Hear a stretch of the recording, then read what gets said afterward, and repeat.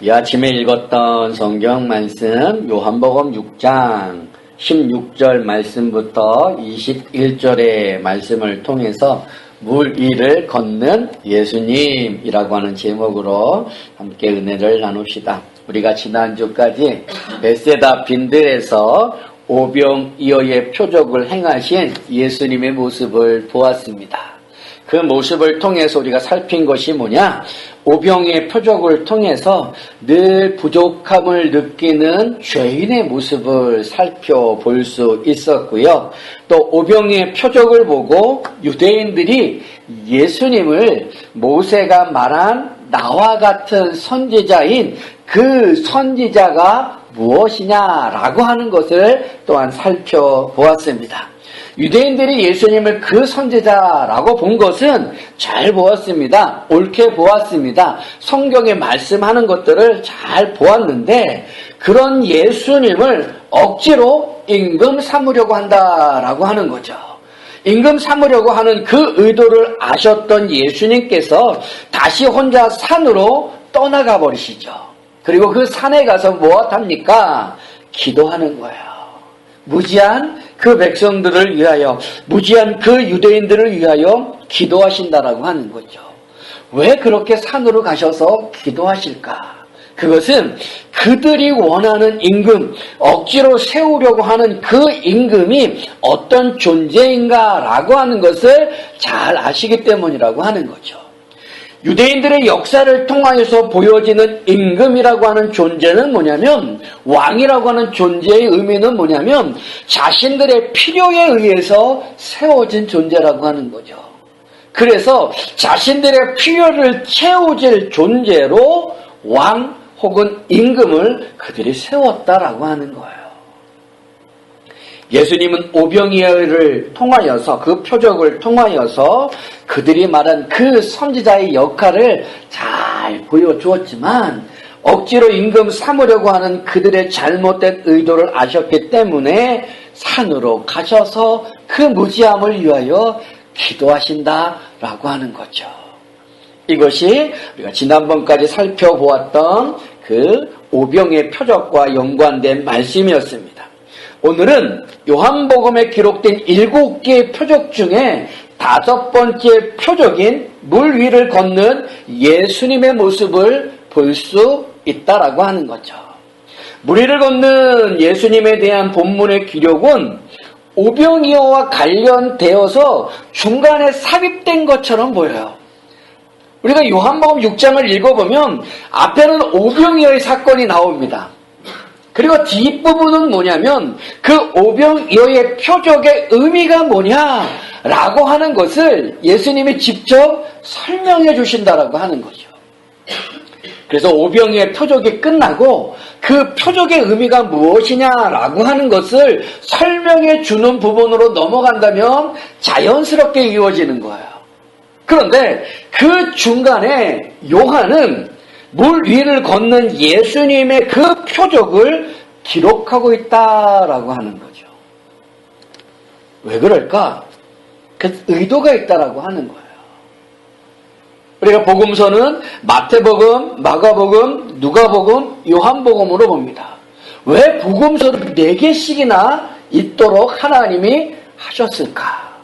그것은 마태가 전하고자 하는 예수님의 모습, 마가가 전하고자 하는 예수님의 모습, 누가가 전하고자 하는 예수님의 모습, 요한이 전하고자 하는 예수님의 모습은 각기 다른 모습이라고 하는 거예요.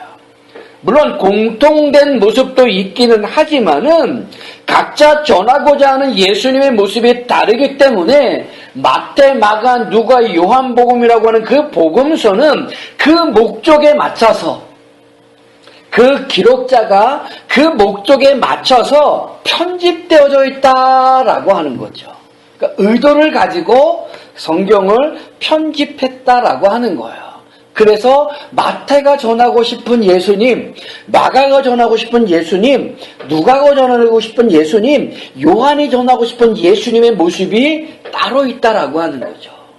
그래서 복음서가 4개예요. 하나의 예수님의 모습을 전하고자 한다면 복음서 하나면 되죠. 그러나 4개인 이유는 뭐냐면은 전하고자 하는 예수님의 모습이 조금씩 다르게 보인다라는 거예요. 그래서 마태, 마가, 누가, 요한은 자기가 전하고자 하는 그 의도를 가지고 성경을 기록해 나간다라고 하는 거죠. 요한도 마찬가지입니다. 오병이의 기적이 있고 그 기적의 의미가 무엇인지 설명하시는 그 말씀 사이에 바로 물 위를 걷는 표적을 기록하고 있다는 거죠. 그건 뭔가 의도가 있다라는 거예요. 의도. 오병이어를 통하여서 보여준 그 의도, 그것을 좀 더 강화하기 위하여 물 위를 걷는 예수님의 표적을 기록하고 그것의 의미가 무엇인지를 뒤에서 쭉 설명해 준다라고 하는 거죠. 이렇게 기록된 그 요한의 모습을 볼 수가 있습니다. 요한복음의 모습을 볼 수가 있어요. 예수님이 물 위를 걷는 이 표적은 요한복음에만 있는 것이 아니라 마태복음 14장에도 기록되어 있고요. 마가복음 6장에도 기록되어 있습니다. 이 기록들을 잘 통하여서 한번 본문의 그 사건을 살펴보도록 하겠습니다. 예수님은 오병이의 표적을 행하시고 유대인들이 자신을 억지로 임금 삼으려고 하는 그 의도를 아시자 혼자 산으로 가십니다. 산으로 가시면서 제자들에게 말씀하셨어요. 너희는 배를 타고 바다 건너편 가버나움으로 가라 라고 말씀하셨다라는 거죠. 그래서 예수님은 산으로 올라가 기도하시고 제자들은 배를 타고 바다를 건너서 가라고 하셨던 가버나움을 향하여서 노저간다라고 하는 거예요. 그런데 바다를 건너가는 그 제자들에게 의도치 않는 일들이 생기는데 그게 뭐냐? 바람이 불고 파도가 일어나서 노를 저어 앞으로 나가기 힘들다라고 하는 거죠.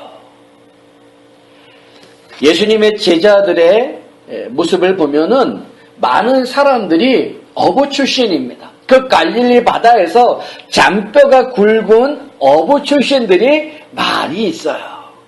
그럼에도 불구하고 그들이 타고 있는 그 배가 앞으로 잘 나아가지 못할 정도로 큰 바람과 큰 파도가 일어난다라고 하는 거죠. 예수님은 밤 4경쯤에 그 제자들에게 나아오십니다. 어떻게 해요? 물 위를 걸어서 오시는 거예요. 바다 위를 걸어서 제자들이 타고 있는 그 배에 오신다라고 하는 거죠. 그 시간이 밤 4경이다라고 마태복음은 말씀하고 있는데 밤 4경이라고 하는 그 시간은 오늘날로 얘기한다면 새벽 3시서부터 6시 사이입니다. 그러니까 깊은 밤일 뿐만 아니라 새벽을 기다리는 그 어두운 시간이라고 하는 거죠.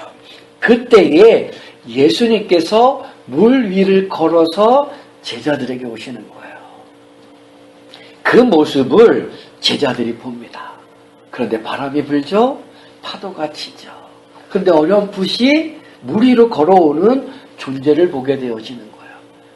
그걸 제자들은 유령으로 착각합니다. 그래서 두려움과 무서움 속에 소리치고 있다라고 하는 거죠.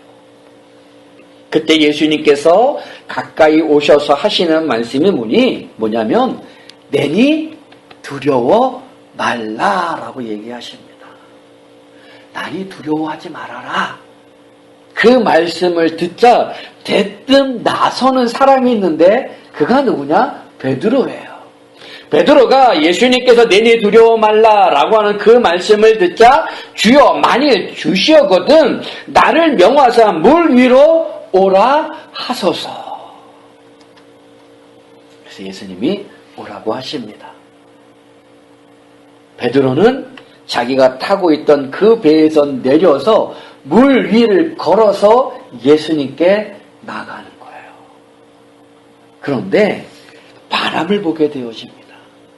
그 바람을 보고 무서워하여서 물속에 빠져들어가는 거죠. 그러면서 소리칩니다. 주여 나를 구원하소서. 그러니까 베드로의 모습을 보면 주님이시면 나를 명하여 물 위를 걷게 하소서. 그래서 오라라고 하는 그 말씀을 듣고 물 위를 걷게 되어졌지만은 바람과 파도의 모습을 보고 두려워하여 물속에 빠져들어간다라고 하는 거예요. 그런 베드로를 예수님이 건져주십니다. 그리고 베드로와 함께 배에 오르시자 바람과 파도가 잔잔해지고요. 제자들은 기뻐하면서 예수님을 영접하자 그 배는 그들이 가려던 곳에 이르게 되었다라고 하는 거예요. 이게 요한복음과 마태복음과 마가복음의 기록들을 통하여서 살펴본 본문의 사건이라고 하는 거죠. 그런데 이러한 사건을 오병이의 표적과 그에 대한 해석 사이에 중간에 넣어놓은 이유가 뭘까라는 거예요. 대체 요한이 무엇을 의도하여서 본문의 표적을 통하여서 무엇을 말하고 싶어서 오병이의 그 사건 사이에, 말씀 사이에 이 사건을 기록했을까라고 하는 거죠. 그것을 오늘은 보려고 합니다. 본문을 통하여 요한이 말씀하고자 하는 것은 첫째는 뭐냐? 예수님은 하나님의 아들 되심을 확인하는 거예요. 재확인시켜주는 겁니다. 예수님이 행하셨던 모든 표적과 기사와 이적들은 다 무엇을 나타내는 거냐면 예수님의 하나님 되심, 예수님이 하나님의 아들 되심을 나타내는 거예요.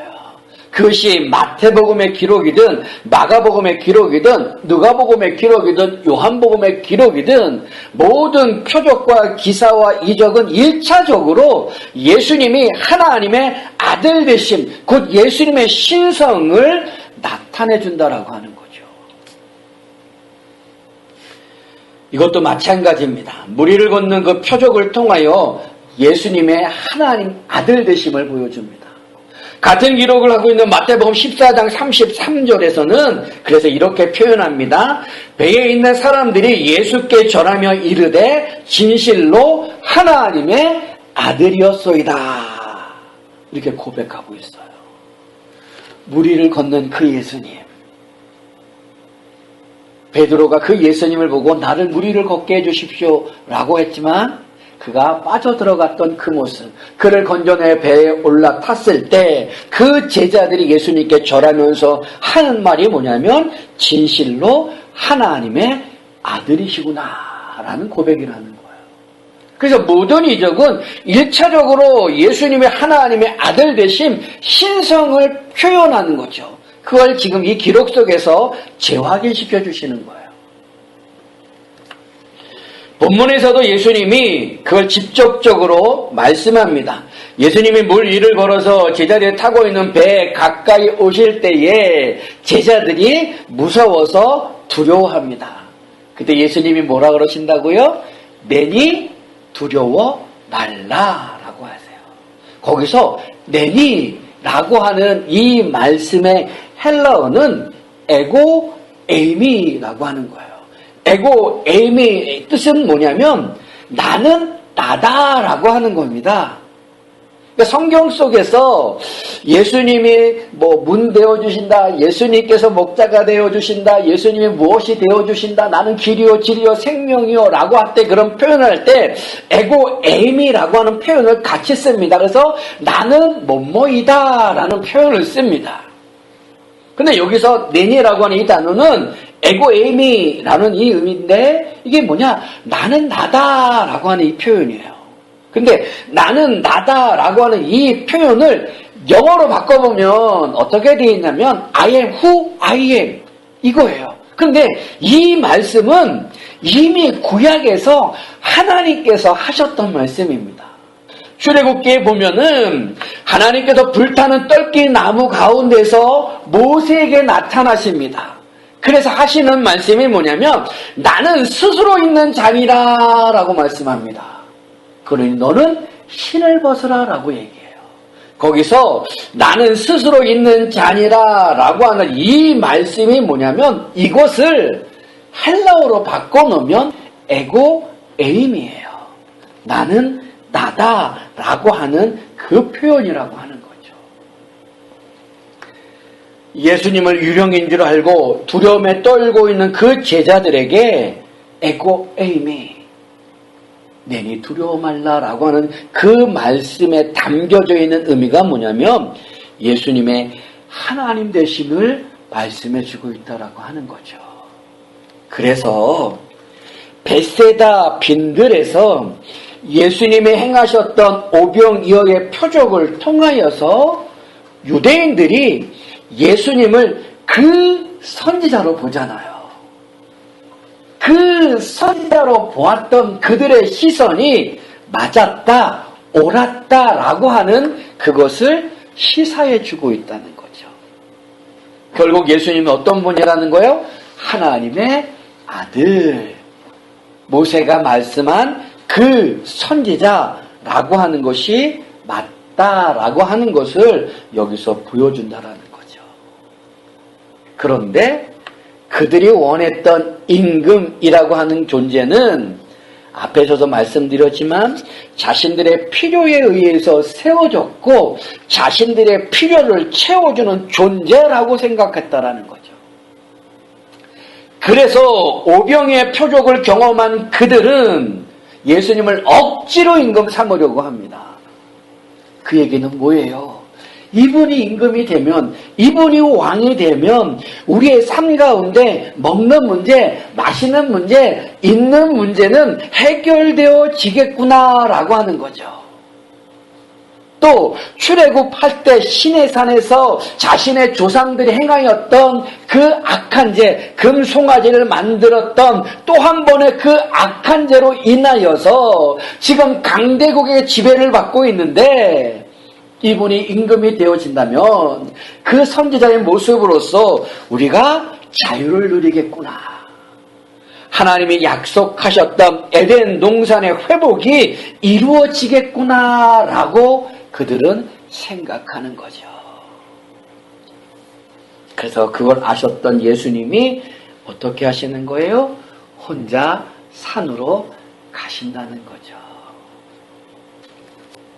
그런데 그런 유대인들의 시각과 그런 유대인들의 생각이 이 본문 속에서도 나타난다라고 하는 거예요. 이 사건 속에서도 나타난다라고 하는 거죠. 밤사경에 예수님께서 물 위를 걸어오십니다. 물 위를 걷는다라고 하는 것은 바람과 파도가 아무리 크게 일어난다 할지라도 전혀 방해가 되지 않는다라는 거예요. 물 위를 걷는다라고 하는 것은 그것을 아무것도 예수님을 방해할 수 없다는 거야. 그걸 마른 땅처럼 걸어가시는 거예요. 그 모습을 본 베드로가 뭐라 그럽니까? 주여 만일 주님이시거든 나를 명하사 물 위로 오라 하소서. 왜 베드로가 이런 요청을 했을까요? 물 위를 걸어오시는 예수님의 모습을 보고 주님이시면 나를 명하사 물 위로 오게 하소서. 왜 여기서 이 순간에 베드로가 이런 요구를, 이런 요청을 했을까라고 하는 거예요. 물 위를 걷는 그 예수님의 모습을 보고 그 짧은 순간에 베드로의 머릿속에 스치는 것들이 있다라는 거죠. 내가 믿음을 가지고 예수님 앞에 나아가면 주님께서 나를 오라고 하시는 그 부르심이 있다라고 한다면 내가 하나님 앞에, 내가 주님 앞에 나아갈 때에 바다도 파도도 바람도 전혀 문제가 되지 않겠구나라고 하는 생각이라고 하는 거죠. 이걸 다른 말로 좀 바꿔놓는다면 예수를 잘 믿고 이 세상 속에 살아간다면 내 삶 가운데 있는 고난과 고통과 가난과 삶의 모든 문제들은 아무것도 아니겠구나. 모든 그런 삶의 문제들은 다 해결되어지겠구나 라고 하는 그 믿음의 모습으로 예수님 앞에 나아간다는 거예요. 그런 베드로의 모습은 오병이의 표적을 보고 예수님을 임금 삼으려고 하였던 유대인들과 크게 다를 게 없다는 거죠. 그 유대인들은 오병이의 표적을 보고 억지로 예수님을 임금 삼으려고 했다면 물 위를 걸으시는 예수님의 모습을 보고 자신도 물 위를 걸음으로 말미암아 삶의 모든 문제들을 해결할 수 있구나라고 하는 생각 가운데 그 앞에 나간다는 거예요. 그런데 어떻게 됩니까? 오라라고 하는 그 말씀을 듣고 물 위로 걸어 나가지만 여전히 뭐가 있어요? 여전히 바람이 불고 여전히 파도가 친다는 거죠. 그래서 그걸 보자 물에 빠져 들어가는 거예요. 베드로의 그 모습이 보여주는 게 뭡니까? 예수를 믿고 우리가 이 세상 살아갈 때 예수를 잘 믿고 산다고 할지라도 우리의 삶 가운데 거센 바람과 거센 파도라고 하는 그 고난들, 그 문제들은 사라지는 게 아니라는 거죠. 만약에 그런 부분들이 다 사라지는 거라면 주님이 오라라고 했을 때 그 물 위를 걸어갈 때에 바람과 파도가 잔잔해져야 되는 거죠. 근데 그렇지 않았어요. 여전히 바람이 있고 여전히 파도가 있고 여전히 두려움과 무서움들이 베드로를 위협하고 있다라는 거죠. 그 위협을 보자 베드로는 빠져 들어간다는 거예요. 이건 유대인들의 표적. 유대인들이 오병이의 표적을 보고 예수님을 임금 삼으려고 하는 것과 크게 다르지 않다라는 거죠. 물론 그렇게 바라보는 것이 예수님을 그렇게 바라보는 것이 틀렸다라고 하는 건 아니에요. 왜냐? 우리의 삶 가운데 힘듦과 어려움과 답답함과 가난과 질병과 모든 삶의 문제들을 우리가 하나님 앞에 나아가고 기도하고 간청하고 요구하였을 때 성경의 모습이 보여지는 게 뭡니까? 그들의 필요에 따라 주님은 치료해 주시고 귀신을 쫓아내 주시고 죽은 자를 살려 주시고 보지 못하는 자를 보게 해 주시고 걷지 못하는 자를 걷게 해 주시는 일들이 있다라고 하는 거죠. 그래서 오병이의 표적을 보고 내 삶에 먹는 문제, 내 삶에 있는 문제를 해결해 주실 분이구나. 바람과 파도가 있지만 물 위를 걷게 해 주실 수 있는 분은 예수님이구나 라고 하는 것을 바라보는 것, 그런 시선으로 예수님을 보는 것, 틀린 거는 아니에요. 그러니까 우리가 기도하는 거 아니에요? 우리의 삶의 문제를 붙들고 하나님 앞에 기도하잖아요. 근데 그게 틀린 건 아니지만 예수님을 제대로 보고 있지는 않다라고 하는 거죠. 성경이 말씀하고 있는 부분들을 제대로 보지 못한다는 거예요. 그래서 예수님에 대해서 오해할 수 있다는 거죠. 그렇게 바라보는 것 틀린 건 아니에요. 그러나 성경이 말씀하는 부분들을 제대로 볼 수 없다라고 하는 거죠. 그래서 베드로는 꼬로로로록 물 속에 빠져 들어간다는 거예요. 그래서 사도 요한은 오병이의 표적과 그 표적을 설명해주는 말씀 사이에 이 물 위를 걷는 예수님의 표적을 기록함으로 말미암아 말하고 싶은 부분이 뭐냐? 그들이 예수님을 그 선지자로 보았던 것, 하나님의 아들로 보았던 것은 맞다, 옳다라고 하는 걸 말해주고 있다는 거죠. 또 하나의 모습이 있습니다. 요한이 물 위를 걷는 예수님의 표적을 통하여서 말하고 싶은 두 번째 의미는 뭐냐면 구원이라고 하는 것은 오직 예수 그리스도를 통해서만 이루어진다라고 하는 것을 시사해주고 있다는 거예요.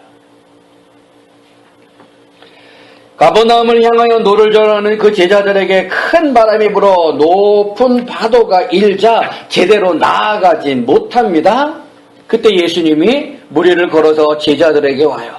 그 광경을 본 제자들은 이 물 위를 걸어서 가까이 오는 예수님을 보고 두려워하죠.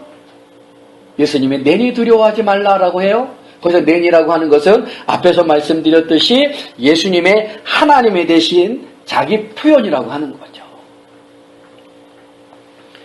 그 표현 이후에 큰 바람과 높은 파도에 어려움을 겪던 그 제자들이 내니 두려워하지 말라라고 하는 그 주님의 음성을 듣고 예수님을 자신들이 타고 있던 배에 영접합니다.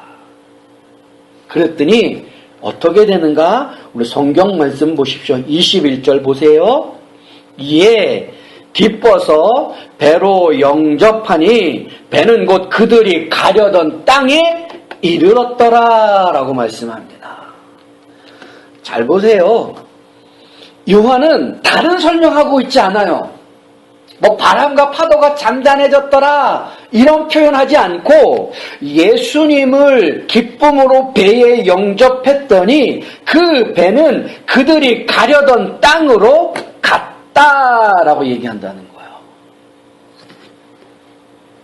여기서 영접이라고 하는 단어는 요한복음 1장 12절 말씀, 영접하는 자 곧 그 이름을 믿는 자들에게는 하나님의 자녀가 되는 권세를 주셨으니 라고 하는 말씀 속에 등장하는 영접이라고 하는 단어와 같은 단어입니다. 헬라어로 람바노라고 하는 것인데 똑같은 단어예요. 요한복음 1장 12절의 영접이라고 하는 단어와 요한복음 6장 21절에 나오는 영접이라고 하는 단어는 같은 단어입니다. 그 의미는 가지다, 취하다, 받아들이다 라고 하는 거예요. 물 위를 걸어오시는 그 예수님의 모습을 보고 두려움에 떨고 있던 그 제자들이 내니 두려워 말라 라고 하는 그 말씀을 듣자 기쁨으로 예수님을 배에 영접합니다. 받아들이는 거예요. 그랬더니 그 배는 어떻게 해요? 다른 표현 없이 그들이 가려던 땅에 이르렀다라고 요한은 기록합니다. 요한이 하고 싶은 말이 이거예요. 왜 굳이 이 중간에 요한 오병이어의 그 표적 중간에 이 말씀을 넣었을까? 요한이 하고 싶은 말은 이거예요. 가려던 땅에 가게 됐다. 이르렀더라 라고 하는 걸 말하고 싶은 거예요. 예수님을 영접했더니 본래 가려던 곳에 이르게 됐다는 거죠. 아무리 큰 파도와 큰 바람이 있다 할지라도 예수님이 함께 하신 그 배에는 아무런 영향을 미칠 수 없다는 거예요. 그래서 본래 가고자 했던 그 목적지에 도달한다라고 하는 거죠. 제자들이 본래 가려고 했던 곳은 어디입니까? 지리적으로 가버나움이에요. 바다 건너편 가버나움입니다.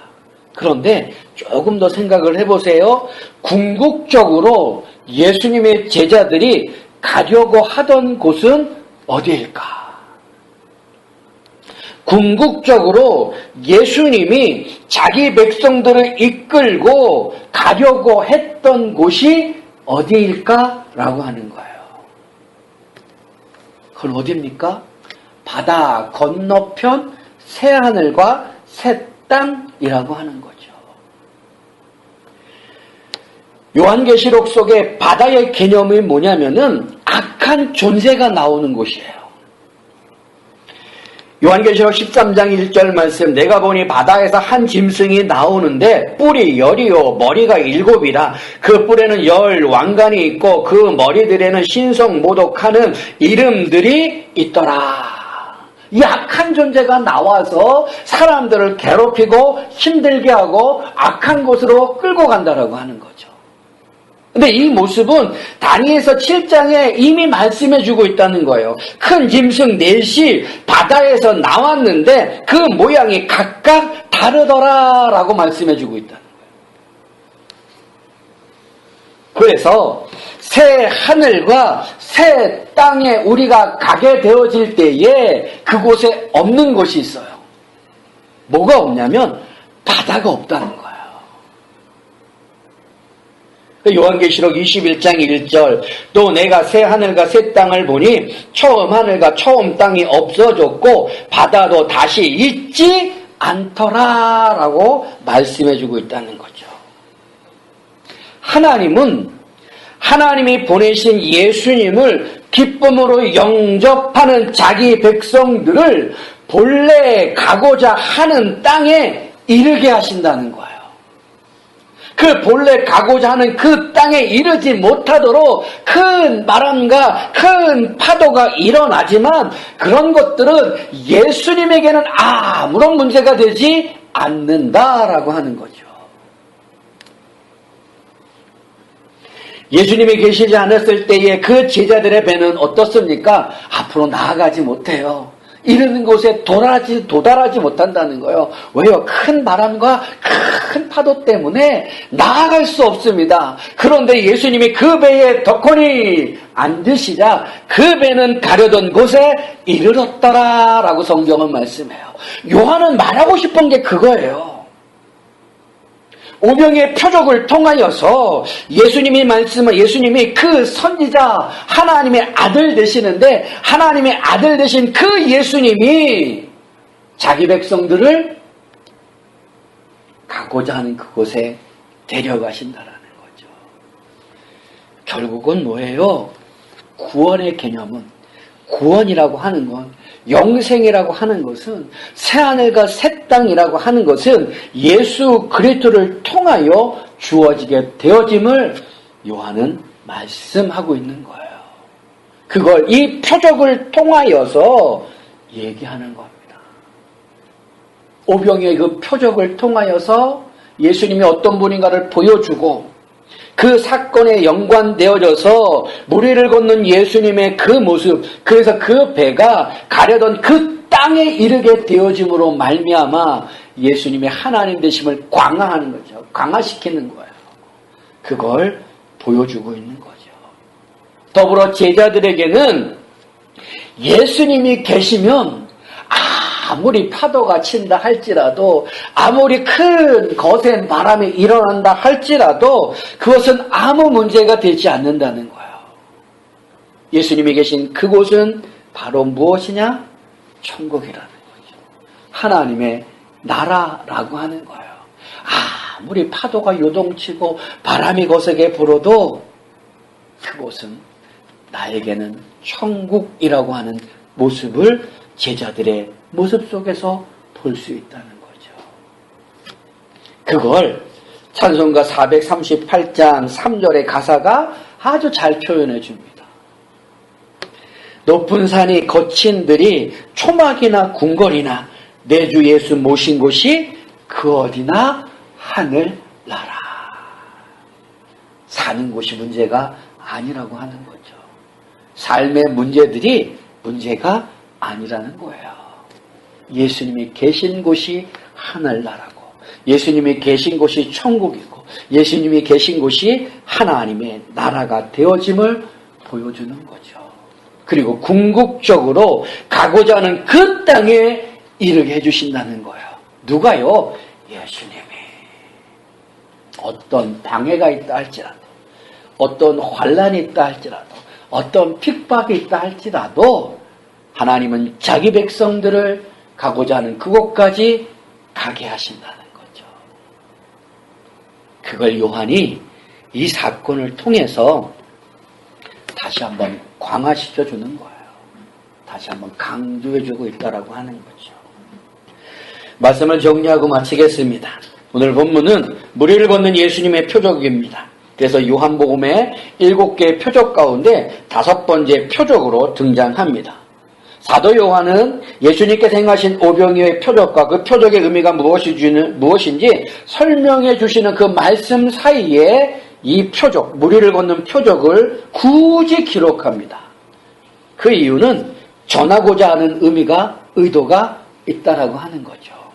그 의도가 뭐냐? 무리를 걷는 예수님의 표적을 통하여서 첫째는 예수님이 하나님의 아들 되심을 재확인시켜 주는 것입니다. 그래서 오병의 표적을 경험하고 예수님이 모세가 말씀하신 그 선지자라고 하는 것을 다시 한번 확증해 주는 거예요. 두 번째는 무리를 걷는 예수님의 표적을 통하여서 요한이 말하고 싶은 부분은 뭐냐면 구원은 오직 예수님만으로 이루어짐을 보여준다는 거죠. 제자들이 예수님을 기쁨으로 영접하자 바람과 파도의 어려움을 겪었던 그 배가 가고자 하는 땅에 이르게 됐다라는 거죠. 그 표현 속에 궁극적으로 제자들이 가야 할 땅에 이르게 하실 분은 누구냐? 예수님밖에 없다라는 거예요. 그 얘기는 궁극적으로 우리가 가야 할 곳이 어디입니까? 그건 바다 건너편 새하늘과 새 땅인데 그곳에 이르게 하실 분은 누구냐? 예수님밖에 없다는 거예요. 그리고 아무리 반대가 있고 핍박이 있고 환란이 있고 바람과 파도가 있다 할지라도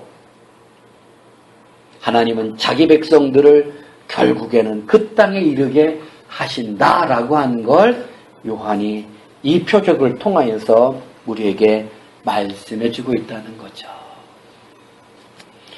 요한이 증거하는 예수님을 잘 기억하시면서 예수님을 기쁨으로 영접한 성도들이 예수님과 함께함으로 그곳이 어디든 하나님 나라임을 기억하면서 믿음으로 살아가실 수 있는 우리 모든 성도님들이 다 되실 수 있기를 주님의 이름으로 축원합니다.